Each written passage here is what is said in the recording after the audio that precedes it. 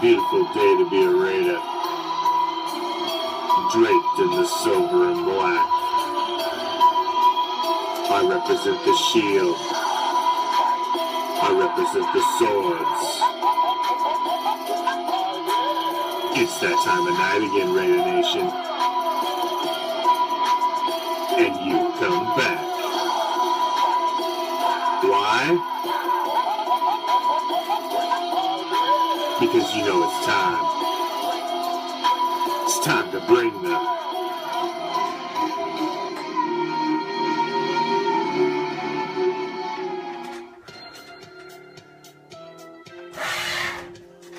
What's up, Raider Nation?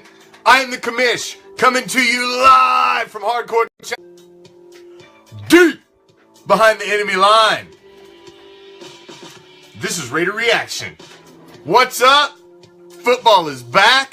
We've got live, official, real, freaking meaningful football with an actual result that goes in a box score that gets recorded that actually means something. So, hallelujah. The wait is over. Real football is here. Now, it's just the wait for real Raider football, which is just around the corner. Mere days away from meaningful silver and black football on the field. Finally, week 1 is upon us. We got the Queefs and the Cheatriots going at it. 2-minute warning. Let's see where we're at here. Around the 2-minute warning. Cheatriots are up 17-7. Thank you, Linda. The Queefs got off the bench, I don't know, late. It looked like they were about to get freaking freight trained right at the beginning of the game. But luckily they stumbled back in. And what's up, Misty? I am originally from Iowa as well. Aha, it's a small world. I was born in Iowa. Corn, that is. So, back to Raider football. Week 1. Titans, Raiders. Oakland at Tennessee. It's an interesting game. I haven't, I've touched on a brief breakdown of this game, but Lawrence, where is Lawrence? I believe I may have heard of that. Where's Lawrence? You gotta pin me down. Give me a geographical area.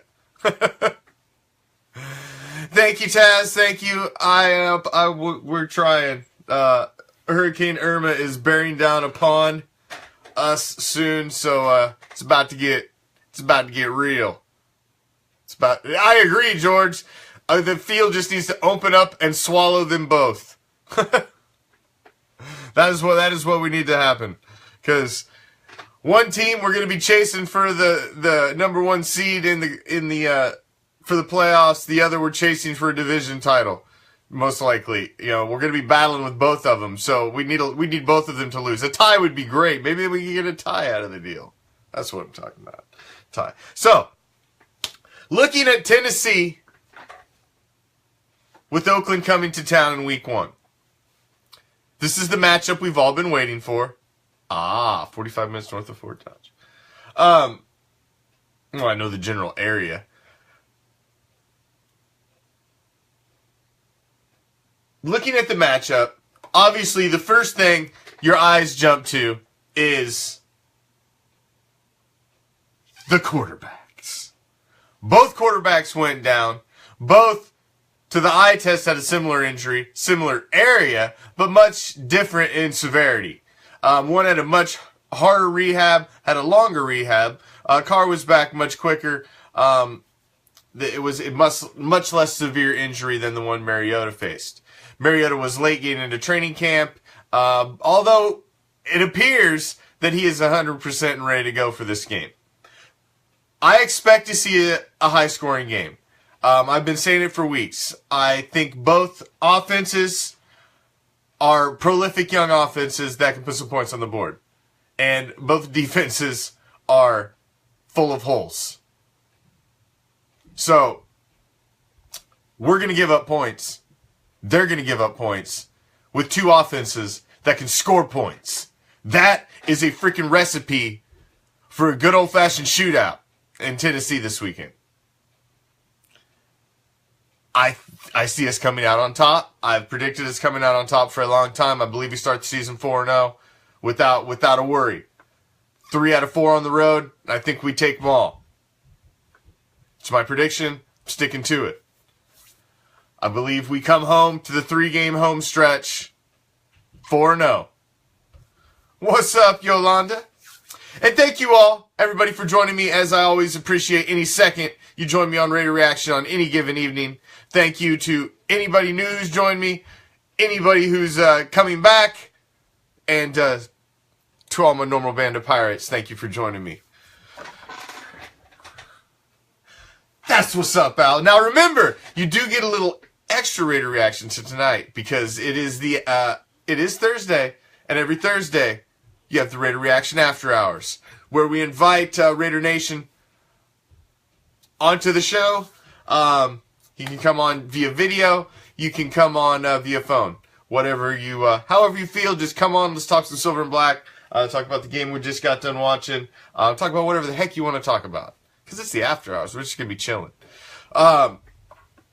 What's up, Roja? Everybody gets a shout out. Even if I don't see your name, that's why I like to cover everybody. And please, if I don't ever see your comments or mention them on the show, know I always read them, always see them. Got to keep the flow going, and I can't always catch all the comments. And a lot of people join in, and I don't always catch it. So now looking, like I said, first you look at the quarterbacks. Offensive lines, fairly solid. I don't think theirs is as solid as ours, although both are fairly solid along the offensive line. Ours is much more stout. We're boasting more Pro Bowlers.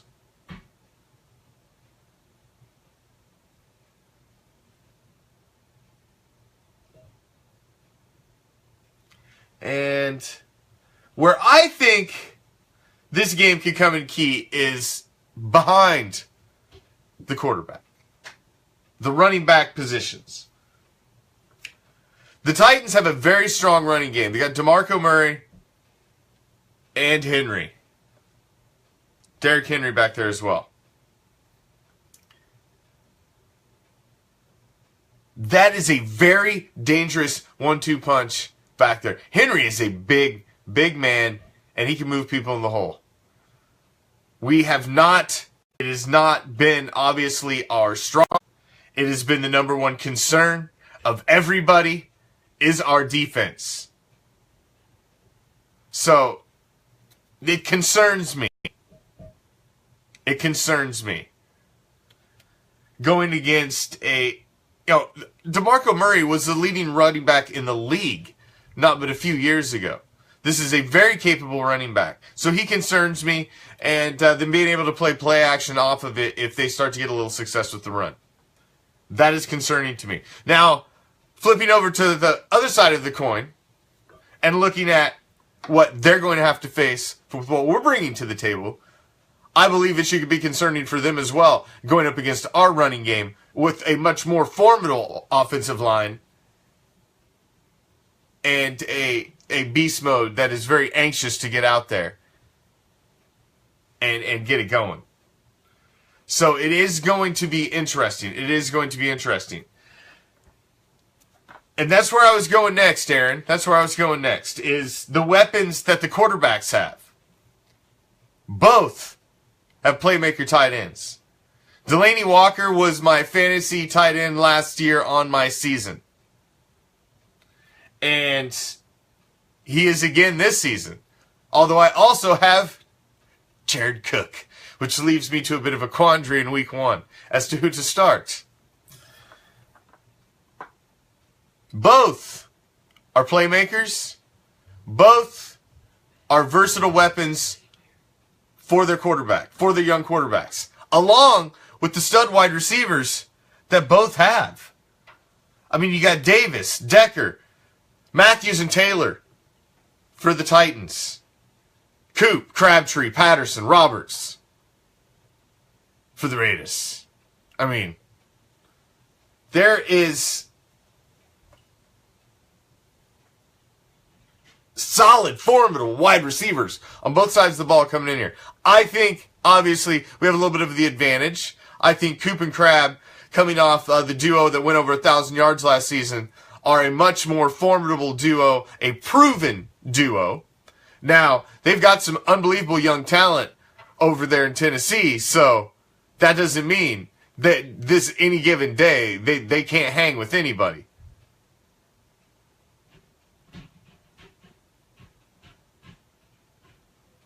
It's a tough position to choose, Aaron. It's hard. It's hard. You want to see the Chiefs lose because it would be great to see the division champ take one right out of the gate. But then again, you don't want to see the defending champs, who's an arch rival as well, win one coming out of the gate either. So this is it's a screwy game to watch, because even my wife said the same thing. She's like, I don't know who I was like, I don't either. I don't even know who. I'm just watching football because it's football. But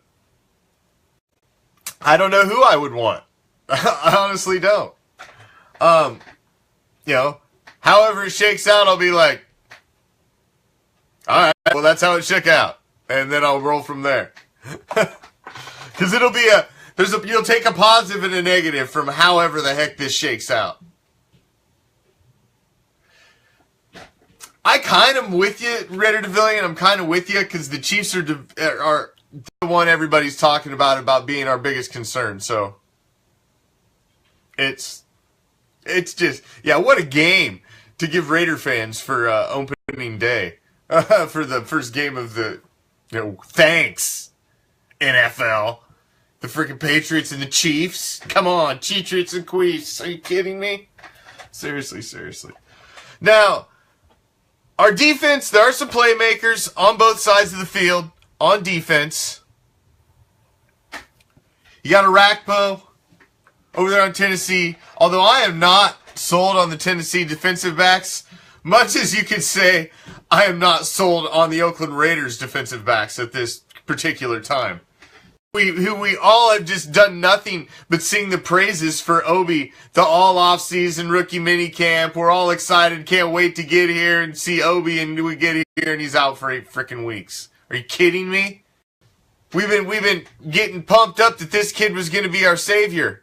Are you kidding me? He was going to help. It's going to be a big help. Him and Garyon Conley. Now Conley, he's not 100% for the game. I don't know what it's going to be minimal. So I don't know what we're going to see out of him. Emerson's going to start. Emerson's back. He's 100%. He's through concussion protocol. So I think we're solid with Emerson.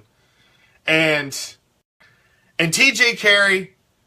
And it looks like you're going to have the two-headed monster on the other side of Sean Smith and TJ Carey. Sharing the duties over there. Which is concerning to say the least.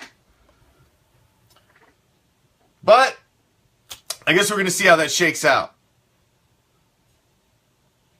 Hurricane prepping. We are pretty well prepped up. I think we're as prepped as we're going to get. We're just going to ride that bad boy out, and hopefully our area doesn't get evacuated and we don't have to bail. It looks like it's staying kind of eastern. I'm in the Tampa area. And it looks like it's staying eastern of us. So you on the east coast of the Florida Peninsula, be safe. And, man, if they tell you to get out, get out. Get out. Be safe. This is a scary beast of a storm, man. It is hundreds of miles wide. I'm ready, Mo.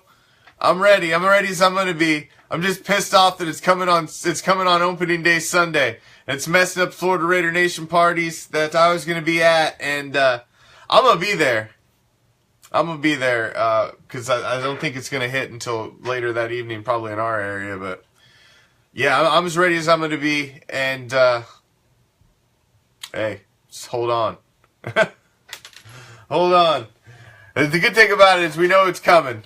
But, thank you, Stephanie. We know it's coming. We know it's coming. So, I think the key to this game, I can sum it up in 2 letters and a number. The key to this Sunday's game, the key to Raider Nation success this weekend, and it was going to be the guy that we were talking about on Monday. I can sum it up in 2 letters and a number. DC4. We're going to be talking about him Monday because he is going to do bad things. There's going to be crime scene tape all over Nashville, all over the field. He's going to dice him up and leave chalk lines of defensive backs all over the field. I think it's just going to be one of those games where, everybody's been kind of talking about card, this card, but he's going to come out. I think he is going to come out in week 1 and have one of those games where everybody's just jaw drops and just like, damn, maybe he is that good. I think he's going to have one of those games. Because if he has one of those games and he starts to build the confidence, the Raiders are going to go as Derek Carr goes this season. And I think Derek Carr is going to come back. This is the redemption season for him. It finished so bad, and that was not the way the script was written for last season, and it just finished wrong. And I have this analogy about seasons. And everybody that knows me's heard it. And it's this stupid analogy and theory I have for seasons and how they unfold. There's a story to every football season. A story. There's a story to every football season. Now, last year, you didn't know what the story was going to be. It starts out, and you think you can see a storyline at the beginning of the season. Because every season in NFL lore ends up in an hour-long special on NFL Network with NFL films all cut up, with music all in it, and done all awesome, or America's Game, or something like that. That's how the season is remembered. And there's one story. When the Steelers several years ago won the Super Bowl, what was the story? What did that season end up being? It ended up being about freaking Jerome Bettis being the first guy to come home and to his hometown and win a Super Bowl on his team as he retired and blah, blah, blah, blah, blah. That was the story of the season. When the Rams won years ago, Trent Green goes down. The grocery bagger from Iowa comes in and leads them to the prom. Whole story. That was the story. Jim Plunkett coming in, leading the Raiders, a wild card team, to Super Bowl glory. That was the story of that season. There's always a story at the end of the season. And it unfolds and writes itself as the season goes on. And I can see the storyline already for this season.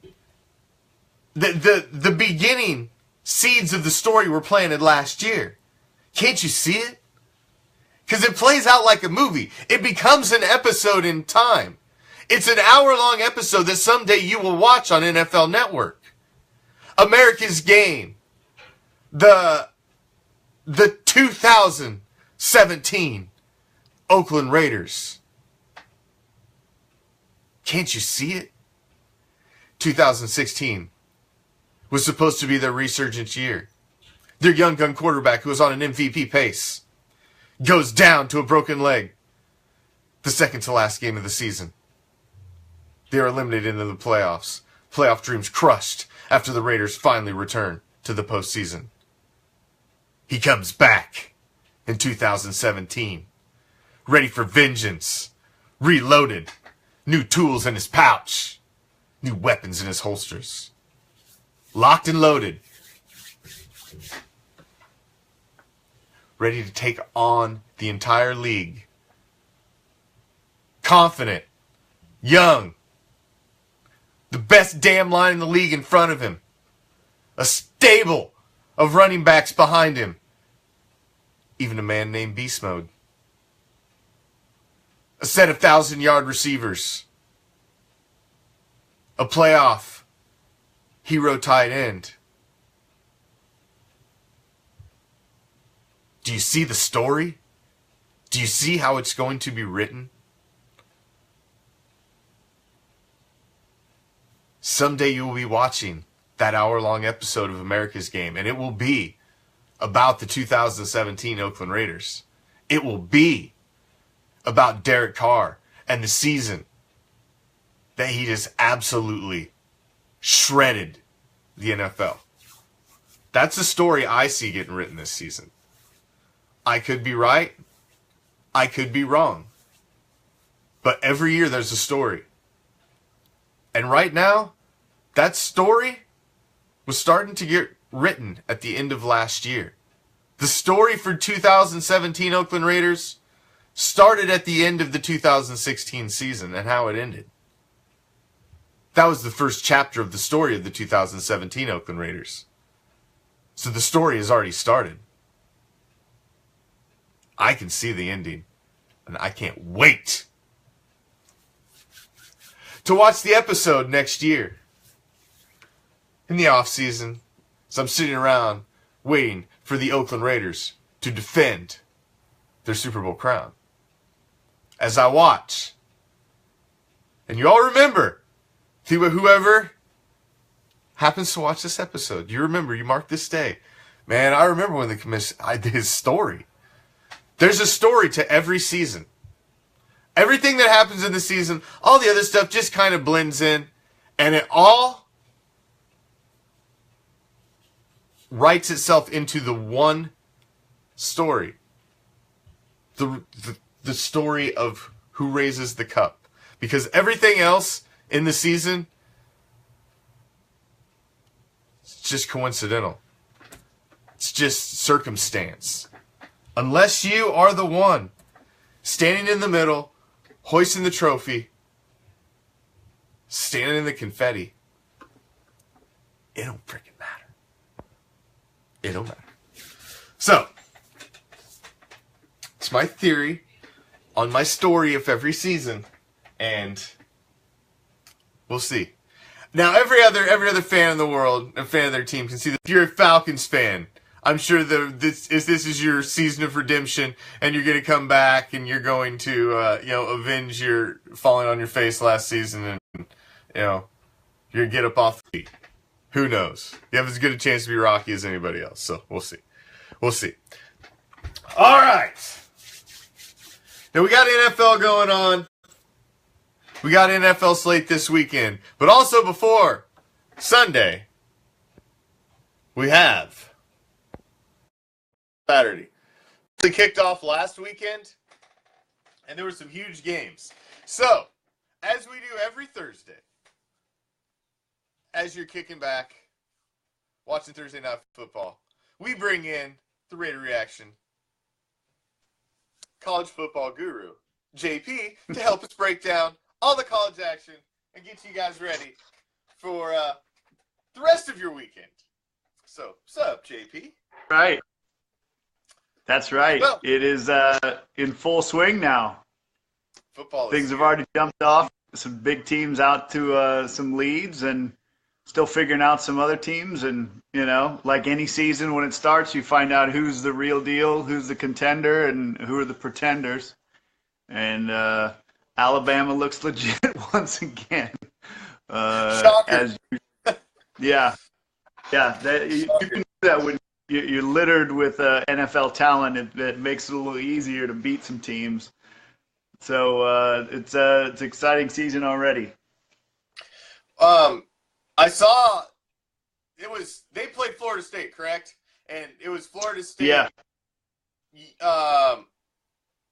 lost their quarterback, right, in that game? They lost their quarterback for the season. That's a huge hit. If I can get a redo on my Final Four for the playoff, I think I might be taken back. Yeah, that was.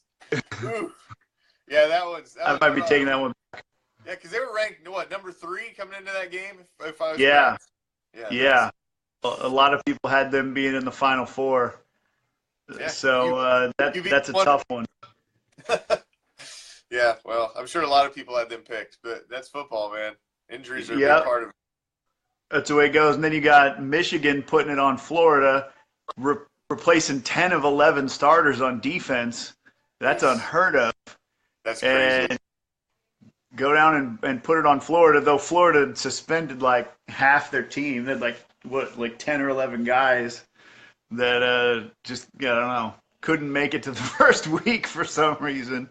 So, that definitely hurt them, but Michigan looked really good, at least on defense. Hi, Sonny. Thank you for joining us.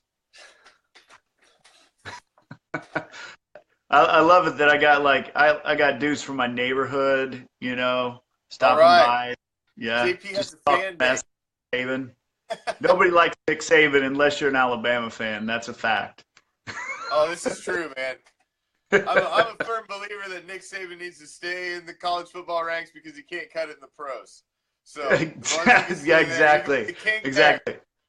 You be the king down there. You come up here, you become a pauper.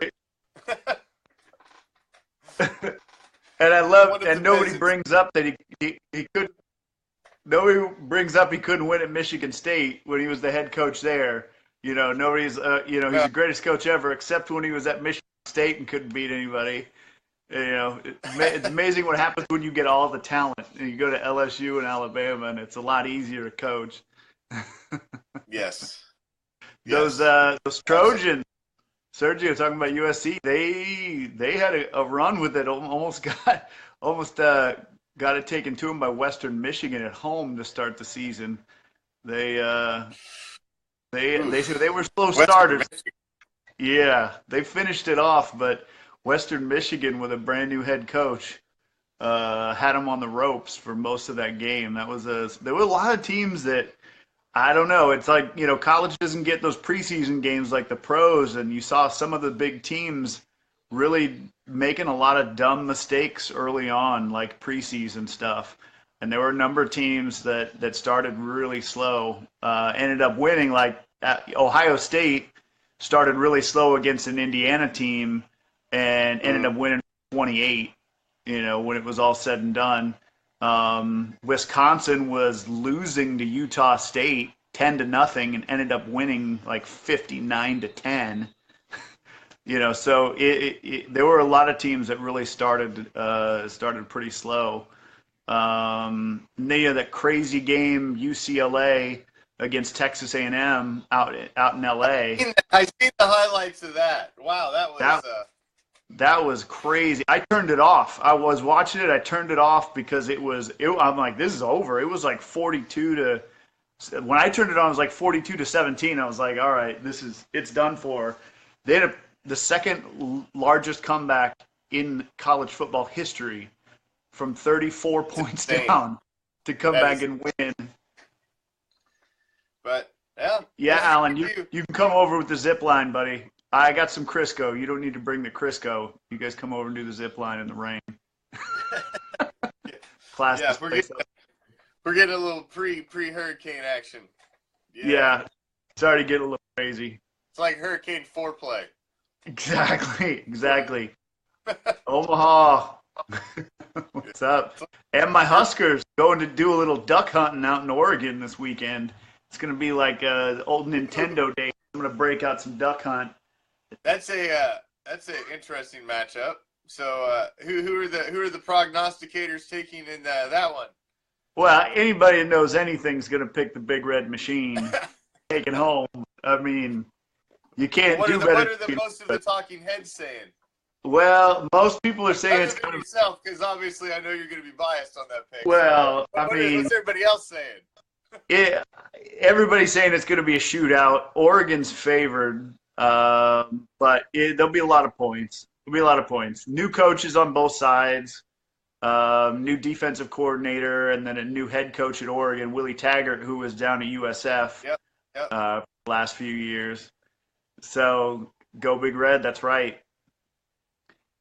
So that'll be a big one. They're going out in Oregon. There's wildfires out there, so they're dealing with it up in the Northeast, and then you got hurricane in the in the Northwest, and we got it in the Southeast. Yeah. So it's some crazy days. Then Miami cancels their game with Arkansas State for some reason. I don't know why they couldn't have a game in Arkansas. So they decided to not go for some reason. I think Miami just didn't want to have to go on the road against a tough Arkansas State team. But there's a lot of craziness. They're not going to make that game up. They just canceled it altogether. They canceled it altogether, and the part that sucks is a lot of those smaller teams, the bigger programs actually pay the smaller programs to play. Yeah. So a lot of the small programs base their funds for the year on those games, so they're missing out. I think it's over $1 million. I think that they now are not going to get from Miami. Wow, so that's a big chunk of change for us. Yeah, to a small school like that. Heck yeah, their athletic program. That's a freaking huge hit, man. The pride of the Sun Belt Conference is kind of taking the shorts on that one. I'm not really sure why it was a bad idea to get out of Miami and fly to Arkansas in the middle of a hurricane, but yeah, you'd think they'd want to get the heck out of Dodge anyway. Because like most of the teams that are leaving the area, I know are families with them. Like the Rays left the area and they were going on a road trip. They took their families and everybody with them when they went on the road trip. They're just like, hey, we're leaving anyway. Just everybody go. So I don't know why they couldn't do the same thing. Like, you got a reason to leave. Plus you got a game to make up. Right. I mean, I get not wanting to hang out in Jonesboro, Arkansas, but it's a lot better than being in the middle of a Category 5 hurricane. I've only heard good things about Jonesboro, Arkansas. And Bob's right. Maryland might have had the biggest upset of the weekend, going down to Texas and putting up half a century on the Longhorns. Nothing like your opening day. You scheduled Maryland thinking you're going to get a cupcake, and they put 51 points on you, and led the whole way with a backup quarterback playing most of the time because they lost their starter. So I don't know how you can't be good at Texas. like you don't have enough talent around you to recruit or something. I don't get that, but I think it's like 3 straight years of losing records at Texas. I don't even know how that's a thing. Yeah, Texas. Pretty much all the Texas schools have always been known. They breed football there. You don't have to go look for talent. It's right down the street. Yeah. Talent seeks you out at the University of Texas, so I don't really get that. So a lot of crazy games. There, like this week, probably the biggest game. Ohio State is hosting Oklahoma at Ohio State, so that's a really big game. Ohio State embarrassed Oklahoma last year down in Norman, so now you have Oklahoma's big quarterback. What's that? Why aren't we drinking? Who says we aren't? I thought you were bringing the beer when we would go on the zip line in the rain later. Yes. We're going hurricane zip lining. I want to go get a round of hurricane disc golf in tomorrow before it gets really crazy. Maybe there'll be a little wind starting to pick up. I don't have that on camera. There was a last one. It was supposed to be a hurricane. The last one that came through ended up just being a tropical storm with like 40, 50 mile an hour winds. We went out disc golfing in that. That was fun. Nice. You probably throw it a long way with the wind at your back. Oh, the putting was terrible, and for the most part it was terrible. But the one or two that you just got to catch the wind and just, that was beautiful. It was worth the whole trip. So back to football. Yes. There's a few other games that are big ones for the weekend. Auburn's going to Clemson. That could be a really good game. Auburn is one of the dark horse teams out of the SEC this year.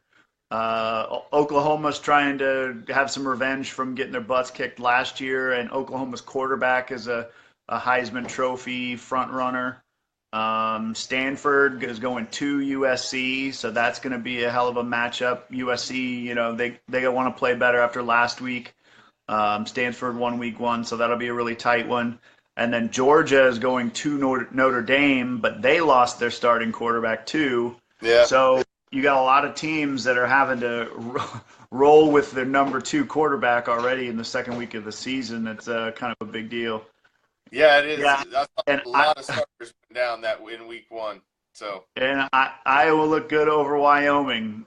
Josh Allen took a hit to his Heisman bid, looking pretty bad against Iowa. Normally, that's the team you want to light up. Iowa won their first game? Yes, they did, by the grace of God. Good for the Hawkeyes. Now they're a 2-point favorite against Iowa State this weekend. Oh, my. The mighty Corn Bowl or whatever the hell it's called. Yeah, it's close enough. Close enough. Corn Bowl sounds better than probably whatever the hell it's called anyway. I don't know what it is. I don't either. I don't know what it is. If there was a way for those 2 teams to tie, that's really the best way that could work out, I guess. Yeah. Yes. And yes, whoever said that, Florida does breed football athletes as well. And I'm hoping my son to be one of them. Well, if he is, they got a scholarship for him at Nebraska. Hey, I don't care. I don't care where he plays, as long as he plays. That'd just be awesome. Yeah. As long as he plays whatever he wants. Free college. But Something to be said for free college. There is something to be said for free college. Absolutely freaking right. True that. We've got him. Yes. So, how's your top 5? How's the top 5 looking? With what shook out with what happened this last week? Any shakeups in the top 5? Other than obviously the Florida State. How far?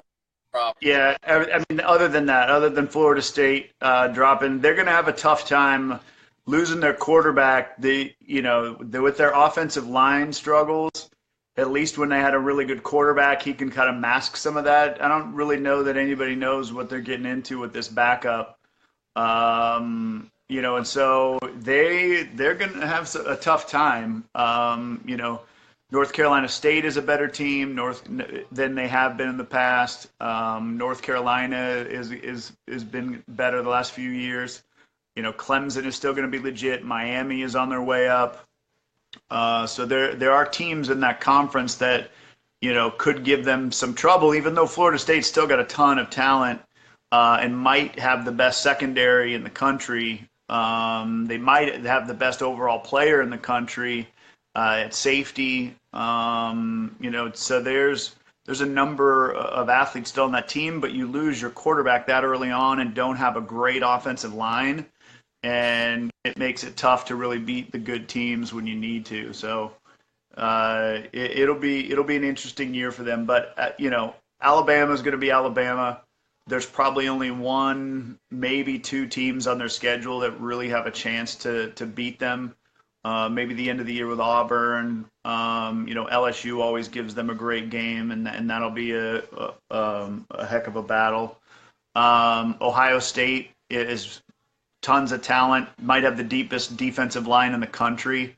I heard an analyst the other day say that he thinks they have 9 guys on their roster that will go on and play in the NFL just from their defensive line. So they literally are getting into their 3rd stringers that are true freshmen that they already believe are going to be NFL players. So they've got a lot of talent in their front, even though they're young in that secondary. They can really get after you at the line of scrimmage, and that's that we know that's what it's all about. Offensive and defensive lines are really where it starts if you want to be good, in your front. So. It's still early, but there's some good games again this weekend that it'll all kind of shake out. I think you'll find out a little bit more again who are the real legit teams and who really still has some things that they got to figure out. So I'm sure. I'm sure. What's the one big? If you had to watch one game this weekend? What's the one you're watching for sure? Other than obviously Nebraska. The big red machine going duck hunting, buddy. No, I would. It would have to be Oklahoma and Ohio State. Like I said, for a number of reasons. One, Urban Meyer, is always kind of ends up being a spotlight on him nationally, and the talent that they've brought in, the success that they've had, all of that NFL talent that they have, especially on that defense. Hosting a team that's bringing in a Heisman Trophy favorite, maybe not the favorite, but Heisman Trophy, one of the group of front runners. Probably was the most impressive quarterback in week one.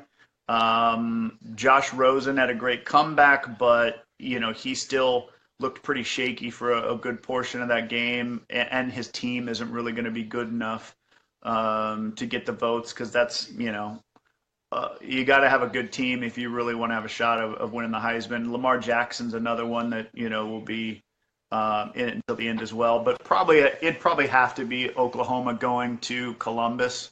It's probably been a really long time since Oklahoma's made their way up to play at Ohio State, so that'll be a huge draw for sure. And 105,000 people in the stands and in the horseshoe. Big ass college, man. These are freaking huge.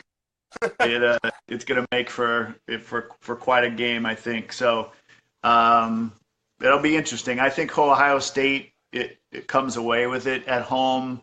A little too much talent. Mayfield's going to get his numbers against that secondary for sure, but in the long run, I don't think that they can hold up against that front seven. So it'll be a good one for sure. All right. I know Ryan's saying that the Gator game has been canceled, I guess. It's possible. I wouldn't be surprised. I mean, she's coming down the alley, so I wouldn't be surprised. Yeah, I don't know how any would be playing in Florida this coming weekend. Yeah, I don't know. If they were going to do it, they probably need to move it up to like 10 or something. Yeah. So, all right. Well, JP, thanks for joining us again. Be back next week to anytime, man. Chew through some more college football nuggets for us. Thanks for having me, man. All right. Absolutely. Raider Nation. There we go. JP, right. Our college football, resident college football guru, giving you all the college football juice on your Thursday night while you're watching NFL. You can get some college football, listen to a little college football science in your hands, a little info. So you get it a little double bang because, you're already watching the game. You're getting everything NFL right there. So I'd like to give you a little college football nugget to extra on Thursday. Now I see the Queefs have taken the lead late in the third quarter. Just taking the lead. TWell, if you're out there, where you at? Comment. Remember, you got to use your personal profile, TWell, not the page. All right, so we're going to switch over, jump into a little franchise face-off, see if we can get TWell in the house here. Mr. TWell, I know you're out there, so please log in with your personal profile out of the page profile and comment, or so I can pull you in. TWell owes a debt that he must pay, that he has yet to pay yet. Thank you, Lance. Thank you. So I'm interested to see how this Cheatriots Queefs game is going to shake out. Got 21-17 so far. Like I said, it's how do you root for either one of these teams? I mean, seriously, it's like, I mean, come on, these teams are terrible, absolutely terrible. Come on, TWell. He was here earlier. He disappeared on me again.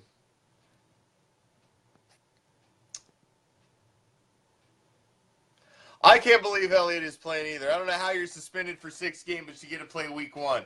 What kind of garbage is that? Jerry Jones backdoor greased somebody. He slid somebody a fistful of hundreds somewhere. I do want to root against the dynasty, but I also don't want to see the team that just won our division, who we were chasing all season last year, win either right out of the gate. Because we can come out and have a one-game lead over them right out of the gate if we win and they lose. So I can see the positive and the negative from both sides. It's a tough one. It's a tough one. I'm rooting for the tie. The way neither one of them win. I'm rooting for the tie.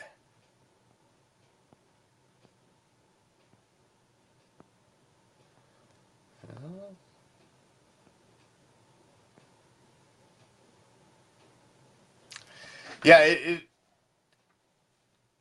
is strange that he's playing Lance. I agree. I don't quite agree with that decision. I feel if the appeal didn't go through, then he shouldn't play. So, the appeal didn't go through. Why are you playing? But I can't make heads or tails out of pretty much anything the damn NFL decisions ever make. So, this one doesn't surprise me none too much either.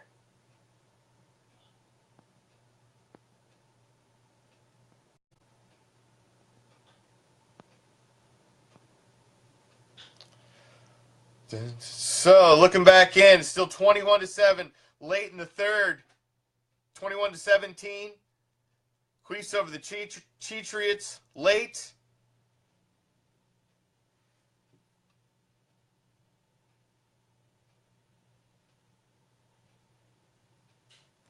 And we are TWell, jump in. Where did you go?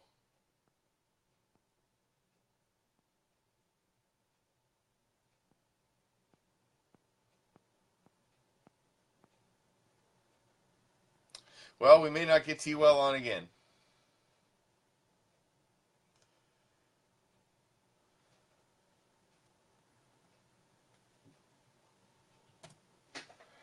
Not sure what happened. He was on, and now he's not. So, not sure what happened there. But, we'll try again. He still owes me a speech. And I have to play the sucker in fantasy football this week, too. Actually, we're playing right now in fantasy football. I got James White playing. I haven't been watching, so I don't know. I hope James White has done something for me. It's the only thing I really care about in this game.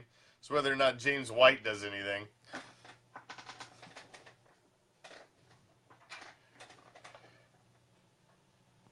I don't know, Lines. He was in here earlier, and he was under the page profile, and now he's gone. He's not in the audience, so I can pull him in. So I.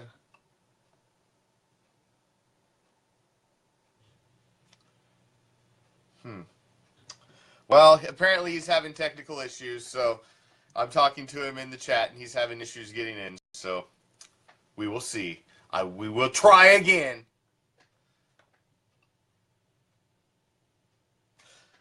And we will try again. We will try again.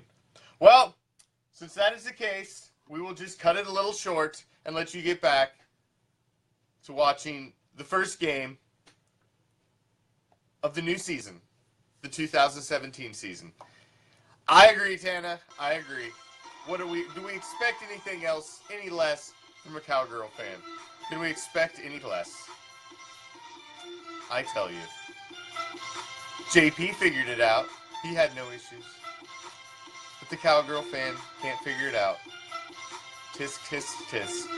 Tisk, tisk, tisk. You still owe me, sucker. You ain't off the hook yet till we get your 60-second speech on the greatness of the silver and black. Till your debt is paid. I tell you. All right, well, enjoy this, whoever you want to win. But enjoy it. Football is back. Tune in tomorrow for the conclusion of the last week's game on Black Friday as we bring the second half of the 2002 AFC Championship game. Titans Raiders. Tomorrow night on Black Friday. Check it out with me. Until then, I'm out. Peace. Love. Raider Nation.